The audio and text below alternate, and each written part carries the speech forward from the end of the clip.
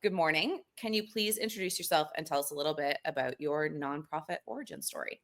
Hey, good morning, Tasha. Thank you for having me. My name is Will Rivera. I am been in the nonprofit community for almost over 18 years now. I started out right out of college. Actually, I started out before that as a volunteer and intern at my local college for my local program. And I've been doing within the nonprofit community, gender-based violence work, tech facilitated violence work, work regarding protecting, supporting marginalized groups and individuals through policy work, advocacy, and direct support services. That's a really unique niche within the nonprofit community, but one that's definitely underserved and needs a lot more support. What do you love about nonprofit work? I mean, for me, I never even thought I was going to do this work. Honestly, everyone asked me, like, why do you do this? Or how come you've been doing this for long? And one, what's really called me, I say that the fields called me, right? And I do this for survivors. I do this for individuals that haven't had the opportunity to speak up. And I do this for me to bring their voices into all the spaces that I have the privilege to be in so that they can be heard in any decisions that are going to be made are going to be heard. And I do this because when I was a kid, being a victim of child abuse, family violence, street violence, no one really spoke up for myself and what was happening to myself and my family. And so I always just recently I came to the forefront of why I was doing this on a random walk with my wife. I do this because no one spoke up for me and my sisters through those situations we were in. And I want to make sure that people have the opportunity to be heard when they're being affected by these kinds of types of violence and crime. I think nonprofit is very personal for the majority of people. When I do these interviews and I get people talking about their work, and some of them are like yourself, where it's very recognized why they've gotten in it. But I do think that there's a personal piece to nonprofit that can be really hard to explain to people outside the sector because this isn't an industry you get into to make a ton of money, to find fame. That's never going to be how it works. And it very rarely, I know you and I have talked about this, it's very rarely a job you leave at the door of your workplace and then don't think about when you're at home. I am not a good advocate for work-life balance, just because the type of work I do, have done, is really 24/7, and so I come home and I'm still working, and it's because somebody always needs help or someone's reached out, and I never want to leave someone unanswered. But in the nonprofit world, the reason why I think some of us are doing this so passionately or vigorously, I think it's because we really have a calling for it. We really see the impact, or we really are championing whatever efforts within our nonprofit area is, and we're just keep striving. And I also think it's like there's a scarcity issue. We work so hard because we already have so little, so we're trying to gain anything we can by working Yeah. hard. And so it's a variety of things. And as much as I want to advocate for changes in the nonprofit system, and do advocate for it, I am my own worst enemy sometimes, but just by these workload. I had another Hive member, Leah Marone. I don't know if you know her, but she's fantastic. And we were talking about burnout, and that's kind of what she focuses in on is burnout in the sector. And one of the things she was very much highlighting was that the people who are attracted to this kind of work are not great boundary setters, right? Like the people who are attracted to this are not great at setting boundaries for themselves, potentially for others. They want to help. And that's a beautiful thing that you help and that you care. But when you're always last on the list, there's long term repercussions to that in our lives. And I do think I've seen lots of nonprofiteers hitting that wall and they hit it hard. And like the recovery from burnout can take a long time. Yeah, it's funny. So yesterday, actually, my wife sent me this meme, and it was saying something like, if you asked me this last year in January, I would have never told you that this year would have been the worst year of my life, or something really like Yeah. funny like that. And the burnout does hit, and it happens. And I never thought I would be affected by it, but it does happen. And I think you see it more when it's affecting others around you.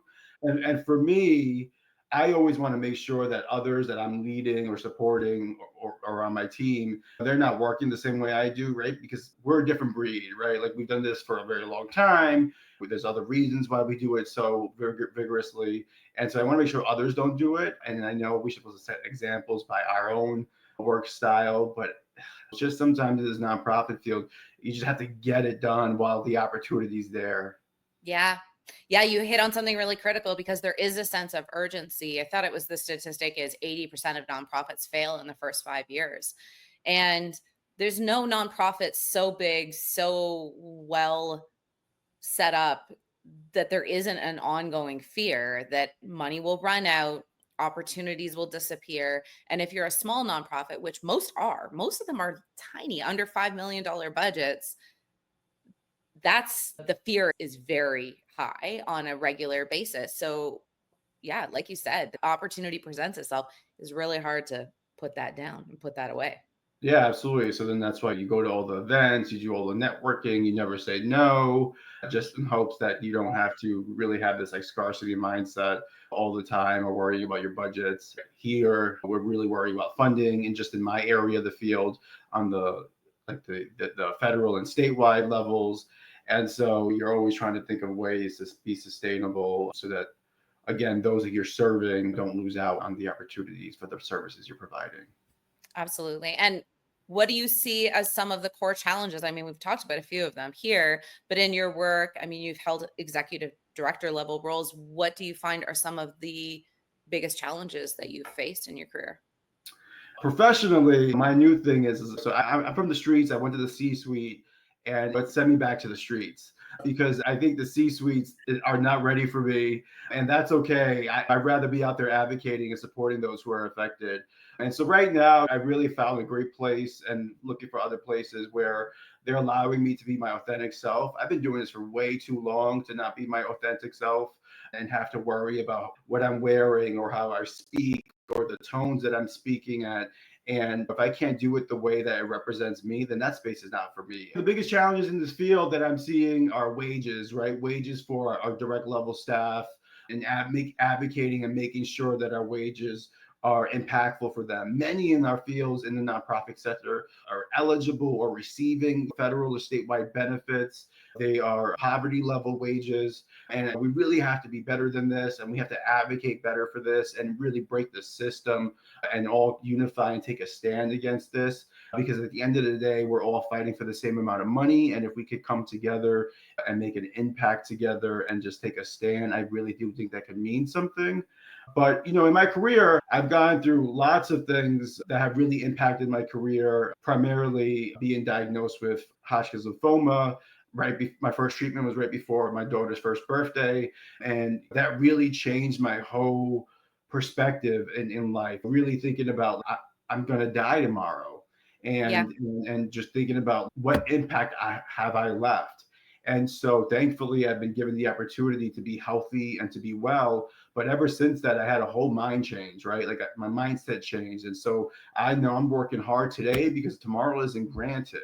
And so absolutely. I've been given this opportunity and space to do this work. And so I do it very energetically, very passionately, and very focused on making an impact for all longstanding. I love that. And I do think it makes a difference. Like your background absolutely plays in to how you move in the world of your nonprofit roles in the future and, and what you bring to the table.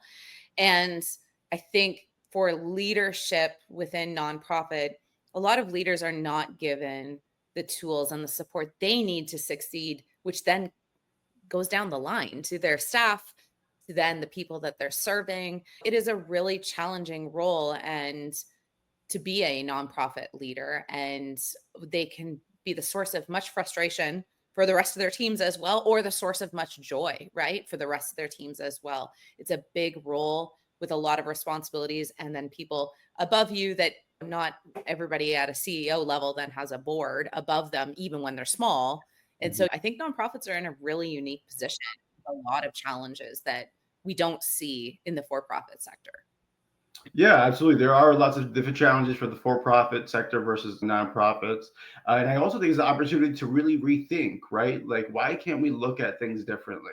Why can't we Yeah. have systems in place or functions in place or governance in place that really looks at the why and the hows and the structures that these systems were built on, to really Yeah. look at our mission, our values, and govern that way. And so I really think it's an opportunity as well to look at that. And it would be amazing to see some great research and models of others that are doing that kind of thinking within the field so that others can see it as well. Well, we're just gonna have to start that, Will, together. You and I will just Sounds have to good. start doing some research. I'd love that. And Peer if you're saying anything about disrupting or creating anything new, call me anytime. We've talked about the challenges of the work, but how does peer support with others in the field that is unique to your niche, but others as well, just across nonprofit, how has that supported you in your further work? Oh gosh, this year I really gained a lot of like close friends, colleagues, fellow advocates that are always there, a phone call away, text away, and really there to help out any way they can. But honestly, even me using the Hive was something I just saw on LinkedIn and reached out to you and started the meetings. And just having that network of fellow nonprofiteers to reach out to has been great. Tasha, I reached out to you and said, "Hey, I really thinking about this, or do you know anyone about this?" And it's, yeah, I got somebody. Hold on, and you really connect and have this massive network, and that's really not seen, or it's not tied to a paywall or a way where we have to buy in. I think you've hit on the head on the nail. And I mean, there's been different points where people are like, well, it's a community with members. So of course you're going to monetize membership. And it's, yeah, but I don't think that's the point always. Like the communities shouldn't be built always to be converted because then it puts really, there's like too much structure around it. I think communities are a living and breathing entity, right? And when you give space to breathe, when you give space for people like yourself to share with me what your experience is, that makes it so much easier for me to go back and go, hey, okay, we should be doing something cool like this. We should be trying something cool like this. And I think a really open ended feel was a little bit scary when the Nonprofit Hive was started. People were like, well, what are we supposed to talk about? And what's been hilarious is that you talk about whatever you want. This is about nonprofit work. This is your rallying point, but I don't know. I try to put people in interesting conversations together, knowing that they probably have something more additionally in common. But it's been amazing when you let people take the reins of the conversations and not try to make it too reductive or too limited. They just go nuts and find all these cool things. And people are so generous with their networks. And I think that's something in nonprofit that especially smaller nonprofits feel that's their like biggest limiting factor is that they don't have a network, right? And they're not sure how to get in touch with the right people in the right place that can make a real change for their nonprofit. So I love the community in the Hive has been amazing because everyone is so generous and Mhm. yourself included to go, I know someone. And so it doesn't really stop at that 30-minute conversation. The whole point is for it to be that next level of peer support and real communication. I agree. I can't wait for it in person Hive 3 day summit. Hint, hint. I think so many times in the nonprofit world, a lot of other people may want to gatekeep their resources or their contacts. But for those who are really in this for the right reasons to make an impact in our society, we want to share all of our information and provide any resources and opportunities for others to thrive. And the Hive has been the place. The Hive has been like the most successful place for me that I've ever had within this nonprofit community to gain access to so many individuals, learn so many people, learn so much about people and their missions and their whys and their hows. And not really, it's not even just here in the States, right? It's international. And really Absolutely. just meeting so many people all over the place. I mean, the Hive is such a valuable resource. And to even think about monetizing that when you're gaining so much for the society, I really think that has to that's really connected to your why, Tasha, right? Like why you created this and why this is so successful, because you've given everyone that space to like just have at it, have open conversations and not feel like they're tied to meeting a goal or performance measure. It's Yeah. I'm gonna be my authentic self for 30 minutes. What do you want to talk about? Exactly. And I love that authentic self piece. And I think everyone gets a little like the word authentic got thrown around a lot, but it still matters. It's probably one of those ones where you're like, yeah, but it's actually worth it, right? It's actually worth being that person. And similarly to yourself having some health issues that very much were at the forefront of me going, no, I can't continue the same way before. I don't know exactly where, if things change in the hive, I don't know exactly where I'm employable and whether I've irritated too many people in the sector afterwards. But I think it's something worth doing to be my authentic self because the people who want to work with me know exactly who they're getting and that's who they want to work with. Right. And that's power move in my mind to be able to bring that. Yeah, exactly. And I think as leaders in this field, I think we really have to allow everyone to know that it's okay to do that. When I'm going and I was talking to students, first gen students 2 weeks ago, and they said, "What's one thing that you can tell us?" And I said, "Be your authentic self. Don't let anyone take that away from you. Dress how you want, talk how you want, eat how you want. If they don't want you at that table, you don't need to be there. You go make your own table."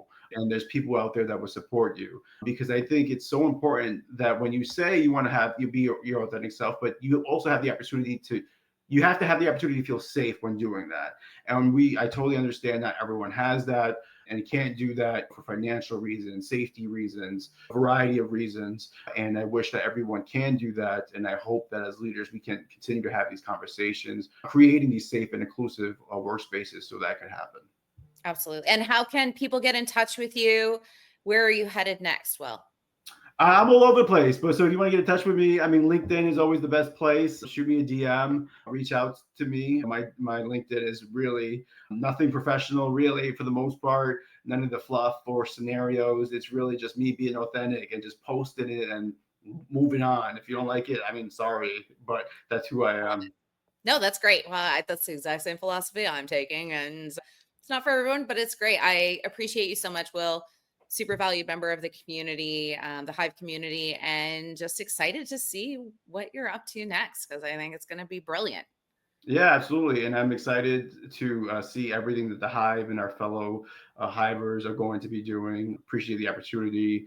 Love everything you're doing, Tasha, and really grateful for all your support the last few months. And I do want to say for everyone that's out there listening, advocates, keep advocating. We need you. Yes, absolutely. Couldn't agree more. Thanks so much, Will. All right, Tasha.